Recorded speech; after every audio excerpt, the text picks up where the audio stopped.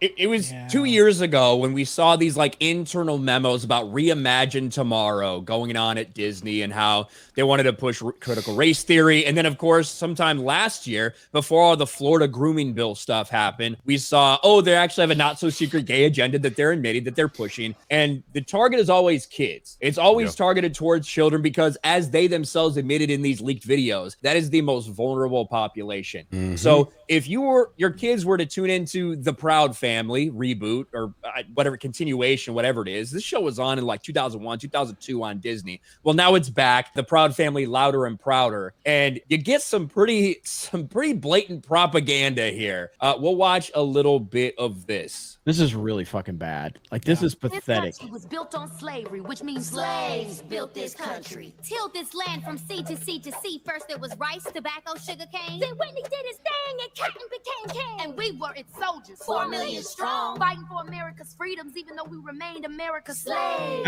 I can't imagine if you're actually a child growing up and you see this and you don't have like parents that are explaining what like you're being programmed. Like, this is the point though. They want kids to see this so that they can control their mind. Well, because when I was a kid, that was when Proud Family was out. And you go, oh, cool. Yeah, I watched Proud Family when I was growing up. And so you go, oh, of course my kids can watch Proud Family. You don't think about it. Some people don't even realize it's a different show or it's a continuation. So you just let them put it on and you watch it and you just let it play in the background or whatever. That's what they're hoping on, is that somebody will just passively let their kid watch that, because then they know they can then radicalize their kids and, you know, push this idea on their kids and stuff like that. It's fucked up, but they know exactly what they're doing. We'll play a little bit more of this and you guys can see kind of the full extent and how far they go. Entire purpose behind this is to incentivize division. Division and a victim mentality and a hatred for white people. And regardless, that shouldn't be something that kids are learning through a children's show. Yeah. You know what I mean? If a parent wants to talk to their kid about the 1619 stuff, if they want to talk about it, then fine, go for it. But that should not be this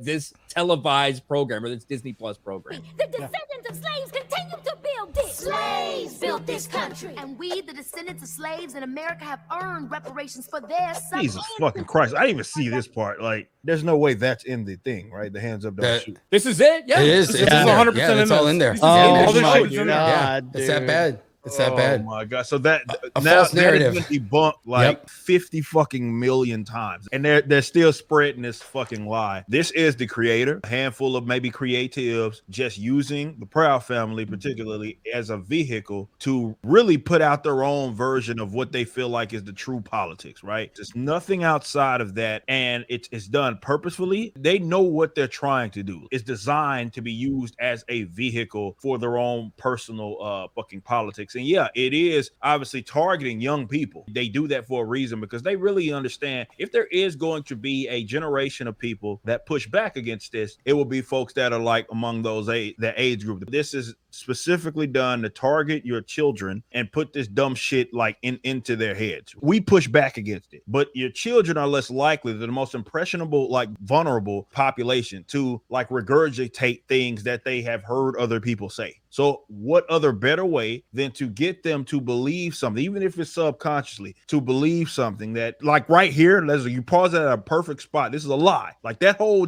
hands up, don't shoot narrative was a fucking lie, right? Yep. And they're trying to get young people who wouldn't know any better to believe that nonsense. This is all done with purpose. Reparations every moment we spend submerged in the systemic prejudice, racism, and white supremacy that America was founded with and still has not atoned for. Slaves built this country. Not only field hands, but carpenters, masons, blacksmiths, musicians, inventors built cities from Jamestown to New Orleans to Banneker, Washington. 40 acres and... I'll just say this. I don't see the white person saying anything. No.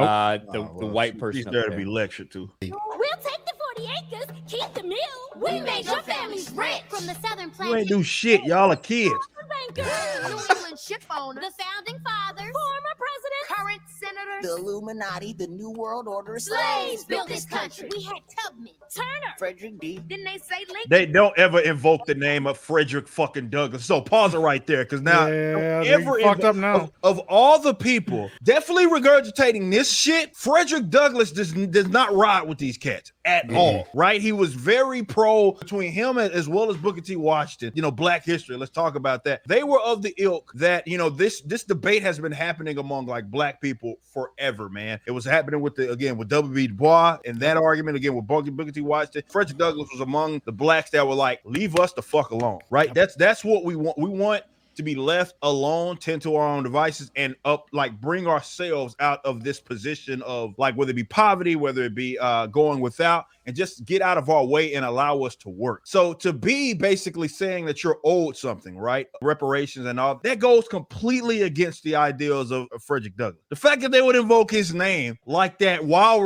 shows that even the people that follow this show, it's the same thing being done with like Malcolm X. These guys have no idea what these people's ideals are. They're so quick to like invoke their name because like, hey, I'm pro-black, fist in the air. But you know damn well you never actually listened to what any of these men actually said, because if you did, you wouldn't have the positions it is that you have. Like, it's just completely diametrically opposed to this argument that you're making to invoke Frederick Douglass of all people, while they're basically saying that you're owed something simply because you're black. That's insane. They say we can free the slaves. But slaves were men. And women. And only we can free ourselves. Emancipation is not freedom. Jim Crow. All right, only we can free ourselves, but we're asking for 40 acres and a mule. Okay. This is so beyond ridiculous, dude. Redlining public schools, feeding private prisons, where we become slaves again. As we celebrate Juneteenth for the umpteenth time, our account is still outstanding. Because this country was built on slavery, which means slaves built this country. And we demand our 40 acres and a mule. But only black people can free themselves. Like, again, that's a hypocritical position. Well, the great part is that who perpetuated a lot of these things that they're saying? The government of the United States. The government itself perpetuated and empowered a lot of these things. Yet they want the government itself to be the one that regulates all these reparations, as if you can trust the government to do anything like that. Yeah, like that. That's the part. Like when they're mentioning all these other things about like Jim Crow and all that. Like, yeah, they blame the state because that's the state enforced all that stuff. All right. And a mule. You can keep the mule. Keep the 40. We're taking our freedom. And then everybody cheers. That was so cringy and corny, man. Like that, again, it's just basically some monologue by the writer, and they're like, hey, I'm just gonna put how I view things in this children's story, and that was it. It's so bad. So everything that we have been spending the last several years saying, they have done it. They've overshot it. It's even they cocky about it now. Yeah, they're like, fucking right, we're doing it. It's worse. It's worse than what we were predicting. Like, it is fucking terrible how blatantly obvious this is now.